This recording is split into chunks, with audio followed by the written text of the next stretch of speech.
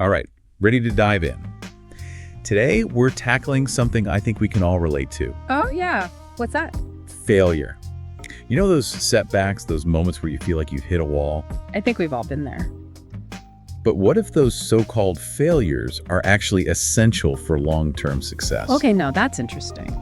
We're going to dig into some thought-provoking excerpts from this text on personal and professional growth. All right, let's hear it. And I'm pretty confident it'll change how you view those failures forever. You know, it's funny. We're often told that success is like this straight line upwards. Right, just keep climbing. But in reality, it's more like a winding path. Okay, a winding path. I like that. With all sorts of twists and turns. And yeah, definitely some stumbles along the way. Because it's not about if you stumble, it's about how you pick yourself up. Exactly.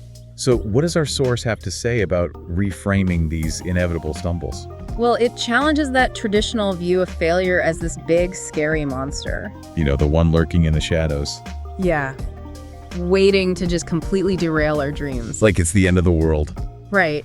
And instead, it encourages us to see those walls we hit as doors. Doors. Yeah, like hidden opportunities that are just disguised as setbacks. Oh, I see what you mean. It's like when you think you've reached a dead end and then suddenly you spot a small door slightly open. Leading you somewhere totally new. Exactly, a whole new path you never even knew was there. Okay, I'm starting to see where this is going. So instead of getting discouraged and giving up when we encounter these doors, Right. how can we actually shift our mindset to see them as opportunities? Think about Thomas Edison.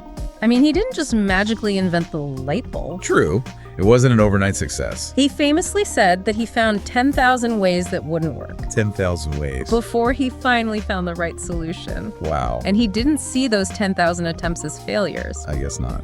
He saw them as vital steps in the process of innovation. That really puts things into perspective. It's like those 10,000 failures were actually valuable lessons, Exactly. leading him closer and closer to his ultimate goal.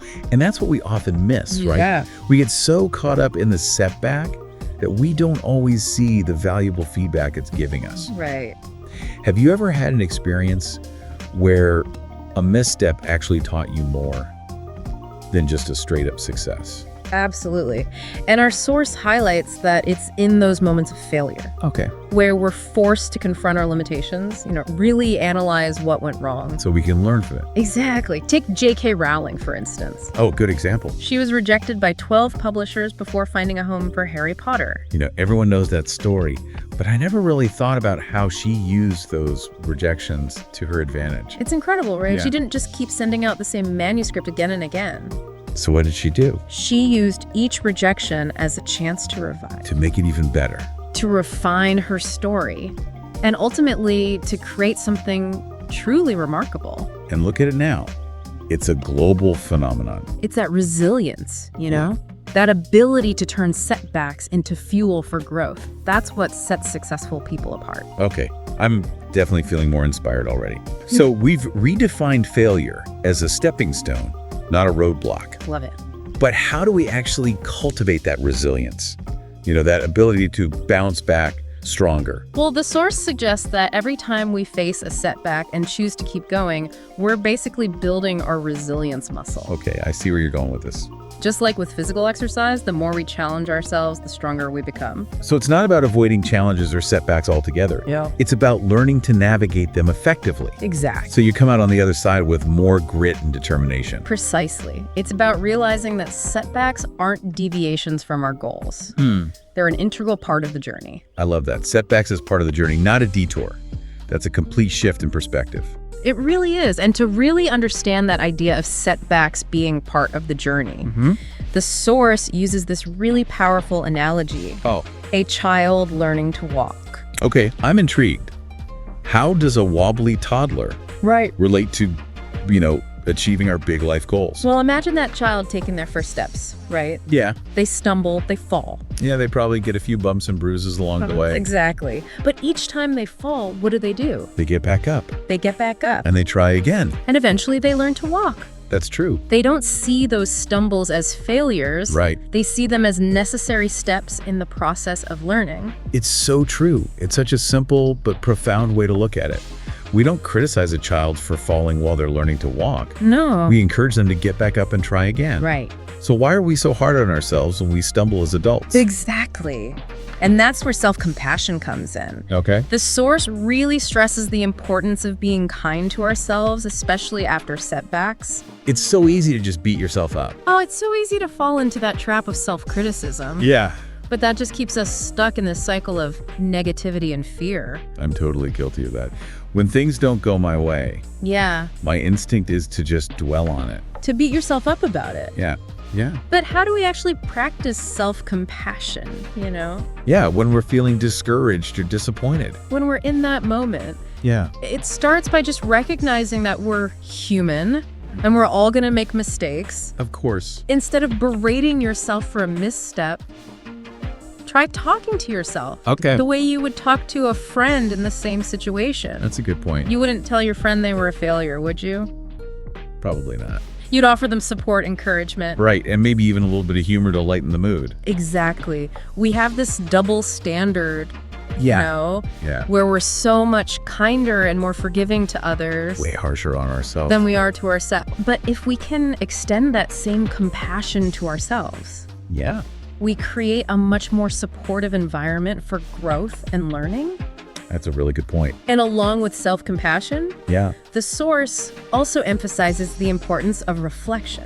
Okay. It's not enough to just pick ourselves up and dust ourselves off after a setback. Right. We need to take time to analyze what happened, why it happened, and what we can learn from the experience. So it's like having a post-game analysis, Yeah, but for life. exactly. What worked well? Yeah. What could gone better? Right. And how can we use this experience to make better decisions moving forward? Exactly.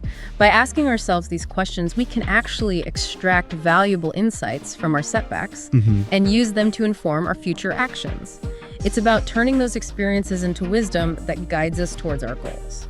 And I think that's a key point that a lot of people miss. They see failure as this endpoint. Right. This sign that they should give But up. But it's not. It's really just a bend in the road, a chance to course correct and keep moving forward with even more clarity and purpose. Absolutely.